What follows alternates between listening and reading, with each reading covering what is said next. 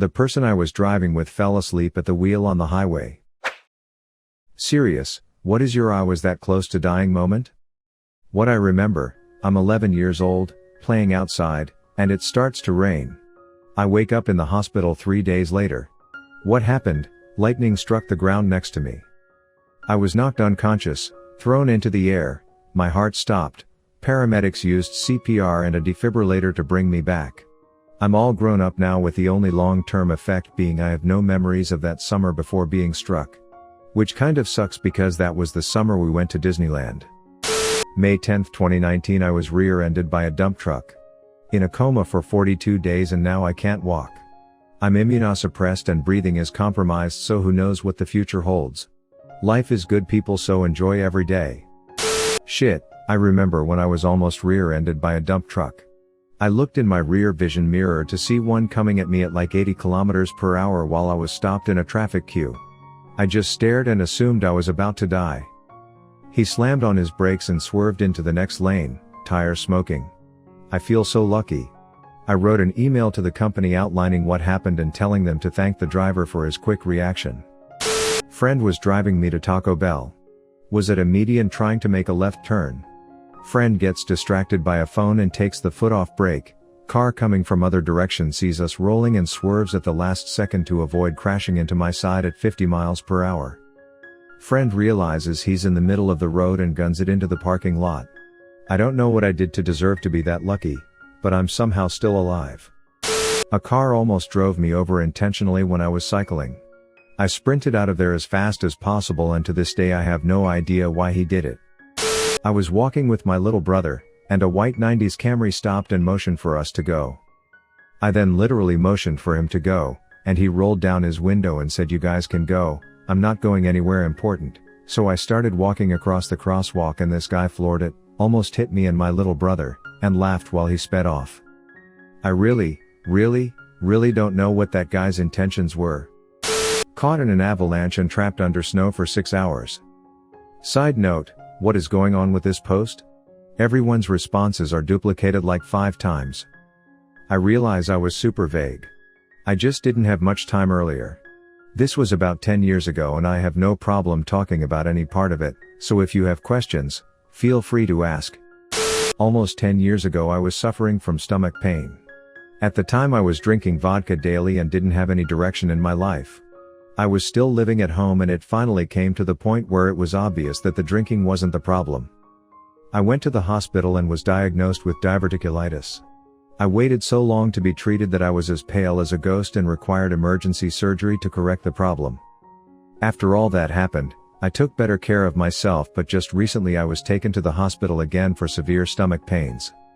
I required emergency surgery again to correct a hernia that formed and was cutting off blood to my lower intestines. I had to have more of my lower intestines removed to get rid of all the dead tissue. Both experiences were terrible and I felt like I was on my deathbed for both of them. I was 8 years old and it was midsummer and it felt great out in the mornings, so I decided to go do kid stuff outside. I started climbing a tree in my front yard up to the point I had always gone to, but for some reason that day I decided to go as high as I possibly could. The tree was on the part of my lawn past the sidewalk and against the street, and at this point, I'm 25 feet above the pavement. I go to grab a branch that was too brittle and fall all 25 feet onto the concrete, snapping my left wrist, CF, getting holes and tears on my lungs, and rupturing my spleen. Before I went into surgery, keep in mind I was 8, I overheard the doctor tell my parents they didn't think I'd survive through the surgery. One of the scariest things a kid could possibly hear. So, when I was about 6, I was at a pool with my mom, aunt, and entitled cousin. He wanted to swim on an inflatable alligator I was on, so he just pushed me off it and I was there, drowning at the bottom of the pool. He didn't give a flying fuck about me dying down there. Thank God, my aunt noticed I was gone and that bubbles coming out from the water. She then realized what was going on and saved me. During college at a house party, some random guy bumped into me and told me to fuck off. I called him an asshole and next thing I know he pulled out a knife and pointed it at me. I was freaking out internally but was able to maintain a face of calmness. I just shook my head at him and he walked away. I then sat down on the couch and started hyperventilating because holy shit he could have killed me. I ran across the road as a kid without looking. It turns out there's a reason they tell you not to do that. A van had been driving around the corner, slammed on the brakes, only stopped a few inches away from me. I waved and carried on across the road. I must have given the poor driver a heart attack. I was born with a cleft palate, which is a birth defect that can prevent a child from eating and talking properly and can cause the child to starve to death if the birth defect isn't identified and the child isn't given the correct feeding equipment. The doctor on staff to identify my birth defect had left to play golf right before I was born, and the nurses weren't qualified to diagnose me with a cleft palate and give me the proper feeding equipment. I guess the organization at the hospital was horrible, because about 2.5 days after I was born no one had diagnosed me, and thus I had not been fed. Eventually, one of the nurses found out what was going on and fed me using the proper equipment, but because she was not qualified to make that decision she was fired. If I had been allowed to starve for just a few more hours, I would have died. That nurse's decision cost her job but gave me my life, and anytime I'm considering suicide I remember that. Thank you, whoever you are, for the gift of life. It just shows you how important doing the right thing is, no matter what the repercussions are. In 2016 I was addicted to Percocet and benzos, I overdosed unintentionally, I flatlined in the ambulance, thankfully I was revived. I could feel myself slipping away. That was the day I stopped using, March 23, 2016. Doing some electrical work with my dad who was a licensed electrician. Reached into an open box that had some tools I set in the bottom without looking and nearly grounded myself on a leg of 3-phase 480 volt. I had just moved my left hand from conduit to masonry as I was leaning over. If I hadn't done that I would probably not be here today. Standing on the running boards of a semi-truck looking for a place to jump while sliding backward down a hill while ice road trucking in northern Ontario. Was a theater tech in high school. One of the techs was showing the new girl how to use the fly system, a hanging pipe that you hang things on, clouds, airplane, etc. When you bring the fly down, you yell fly down. And everyone who hears it echoes it, so everyone quickly knows it's coming down. You also drop it slowly. Well, I was working center stage, right under the fly. She didn't say fly down. Until she had already dropped it, and she just let it fall really fast until it was hip height from the ground. If I would have stepped forward or back, instead of right, I would be dead. Luckily I stepped right and just stared at her. She knew? I worked at a moving company. I was by the loading dock getting something. The truck was backing up but it didn't have the reverse beeping function and my coworker freaked out and yelled at the driver and threw a pebble at the window. The truck was about to crush me against the loading dock and didn't even notice. A few years ago, I thought I got a bad case of strep throat. The usual. Felt like swallowing razor blades. Figured I could just muscle my way through it, so I waited it out for a few weeks until it became so severe it was impacting my ability to make it to my college courses. So I finally swallowed my pride, put my wallet on the line, and went to the doctor. Turned out it wasn't strep, I had a peritonsillar abscess at the back of my throat. The doctor said it was the clearest she'd ever seen one, even asked me to let her nurses take a look at it so they could identify it later. Then I got sent off to a doctor in the ER. 2 of his nurses diagnosed it as an abscess. He said it wasn't an abscess, gave me a shot in the butt and sent me on my way. 2 days later, I had to go see an ENT specialist who, again, reiterated that it was one of the largest, ugliest abscesses he'd ever seen and that I was lucky to have made it in time. Another day or two and he told me the abscess would have swollen enough to clog my throat and I would have suffocated. Got it drained, but the abscess became recurrent and I had to get it drained multiple times, more difficult each time. At last, the doctors decided to just cut out my tonsils, and recovery from that was brutal. A few times, I start to cough and bleed out of my throat, try to muscle through it. Each time I call the doctor to make sure I'm alright. Finally, they tell me if it happens again, I need to make sure I come in to see the doctor, as it'll be dangerous. Well, less than 12 hours later, my tonsils start bleeding again. I don't have many of the pictures anymore, but my bathroom looked like a murder scene. I was coughing up huge amounts of blood, it got all over the walls, all over the sink, all over the counter and the floor. The ambulance showed up and brought me to the hospital and they had to give me bags to spit the blood up into, and I filled up like 5 to 6. They had to put me on fluids because it was so bad. Every time it started to coagulate, I'd cough, and the blood would start flowing again, and let me tell you, It's awful. You can feel, and taste, the blood coming up your throat, and the little coagulated chunks only make it worse. They ended up having to put me under and cauterize the wound, and it was a brutal experience all around. Person I was driving with fell asleep at the wheel on the highway. I grabbed the wheel, can't remember much about the moment at all now, full 360 it across 3 lanes and somehow made it over safely into the median without hitting anyone or being hit. So lucky. I remember this, the last day of my 3rd grade year. A friend of mine gathered all her friends in the class and decided to throw a pool party to celebrate the end of the year. Her parents are laid back and decided to let her do it. Unfortunately, there was somebody there who hated me, we'll call them K, and I don't know exactly why. We were playing tag inside the pool and I decided to go underwater to surprise the person I was targeting. I was underwater and K had a giant floaty, one of the ones that you lay on in the pool. She decided to put it over me when I was going up for air. I felt my head hit the back of the floaty while I was underwater. Being the usual me, I freaked out and didn't think about moving out of the way. I stayed there until one of the kids' parents saw me and came to get me. Kay told me it was a prank. She said to the parents it was an accident. I had to deal with her BS for the majority of my school life. My dad and I were nearing the summit of the mountain we were climbing, but there was this low-flying glider distracting me. Do you know how you get dizzy if you look straight up? Well, it almost made me fall. Here my parents and I were going somewhere. It was a rainy and stormy day. We went on the freeway and at some point, the back car was following really close behind us. It was literally like 3 feet of space. Suddenly, a giant tree branch fell from the trees above us. It was probably one of the main branches and was around the size of our car. We couldn't dodge it because we were surrounded by cars and also the back car. The branch fell very quickly so we couldn't speed up to avoid it. It probably could have smashed the windows and something bad would probably happen. Luckily, it fell right in front of the car. It actually broke the engine too. The car started leaking gasoline. We had to pay like $10,000 to fix the car. When I was born, the placenta detached. My parents weren't worrying too much when they saw a little blood, but my grandma freaked out and made them go to the hospital. They were told by the hospital that if they had gone to the hospital in the cities rather than the local one, I would have been stillborn and my mom may have died too from blood loss.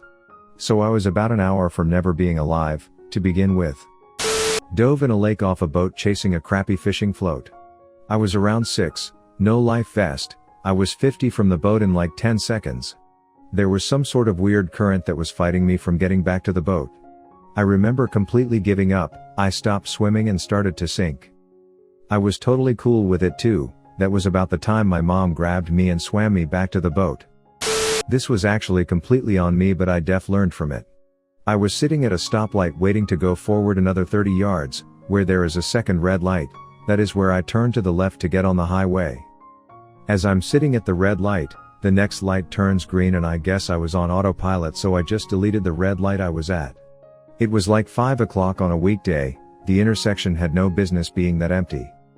I was so lucky that the intersection was empty and there were no cops.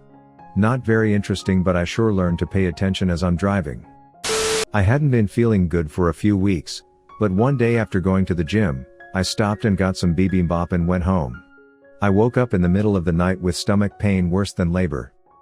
It felt like my guts were being twisted and torn, and it came in waves. I went to the hospital and was told my white blood cell count was high, but go home and come back if it gets worse. I have almost no memory of the next 6 days. My husband said we went back to the hospital when I was laying on the floor screaming in pain, and I had to decide an ambulance or car. This is the US.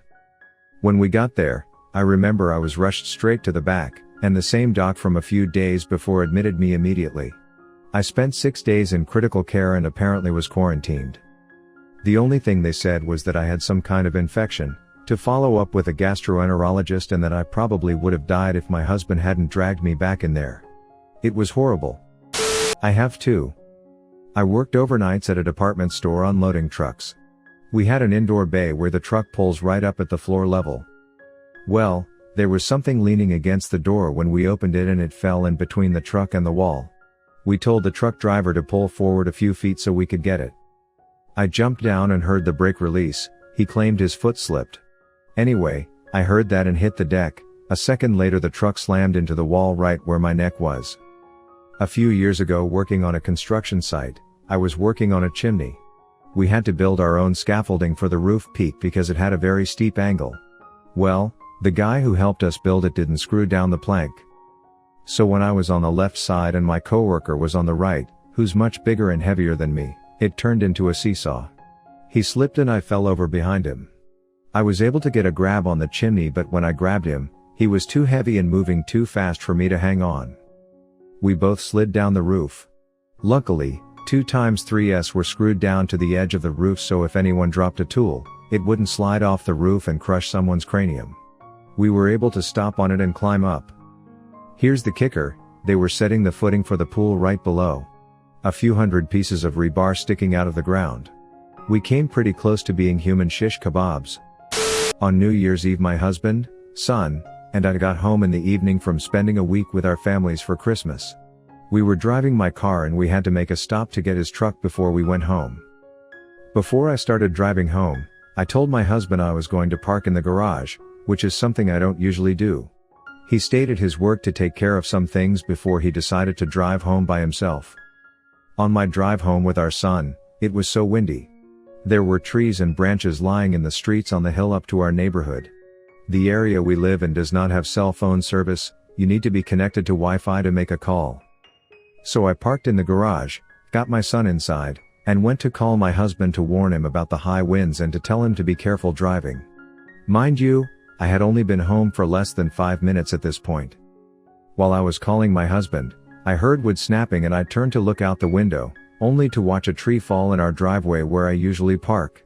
If I had gotten home a few minutes later and parked in the driveway like I usually do, it would have crushed both my son and myself.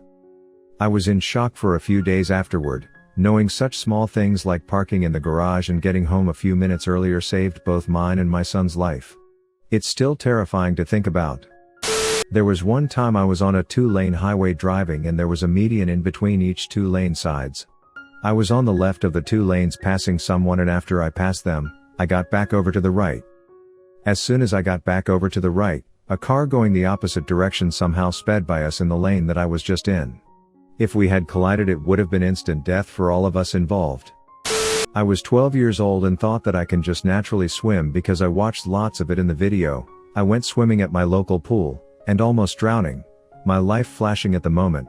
Luckily someone manages to pull me aside. I have learned to swim by myself after that. Driving too fast on a slightly wet road in a light drizzle.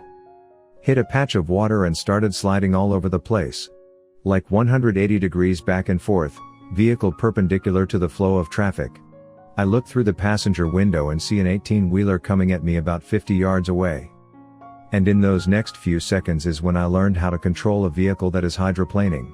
Otherwise I wouldn't be here. I work in a grocery store right now and have asthma.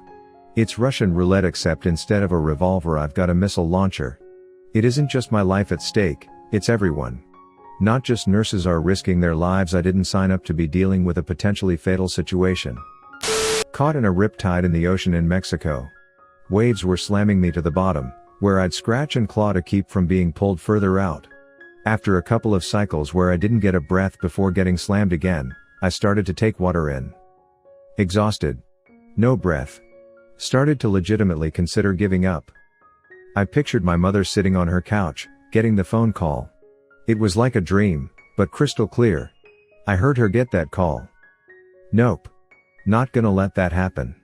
Somehow changed my strategy, get away from the rocks I was drifting toward first, worry about shore second, and that seemed to make the difference. Crawled back onto the shore and have never been as reckless in the ocean since. Thank you for watching Reddit Space. Please subscribe if you love these Reddit stories.